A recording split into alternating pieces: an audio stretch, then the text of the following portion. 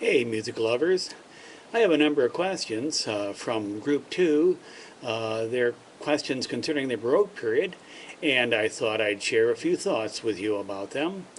First of all, David Keene wanted to know why men were wearing wigs back in those days. And the truth of the matter is that men didn't bathe very often. They certainly didn't wash their hair, but maybe once a month, whether it needed it or not.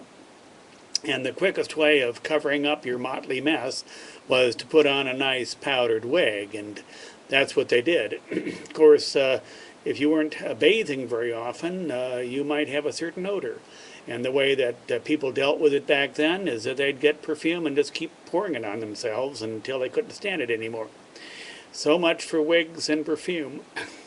Tiara Jackson wanted to know how society reacted to the castratos.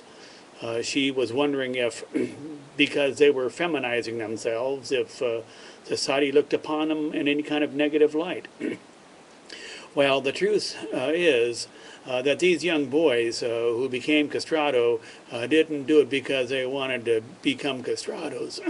No. Usually what happened is that they had to be drugged or put unconscious, and then an operation was performed, and when they woke up, they discovered that they weighed just a little bit less than they did before they went unconscious.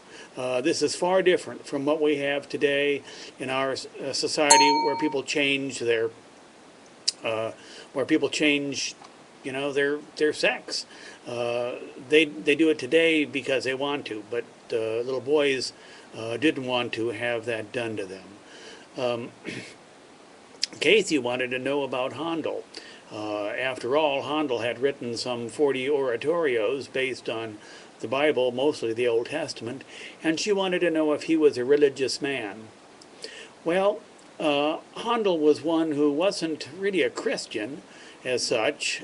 He bought into the philosophy of a 17th century philosopher named Spinoza. And people who believed in the ideas of Spinoza since then have been known as pantheists. They believe that God, the uncreated source, or however you want to describe her or him, exists in everything, that you cannot separate God from its creation. He was deeply spiritual, I think. The fact that he chose to write oratorios on Judeo-Christian subjects was one that was for expediency and putting bread on the table.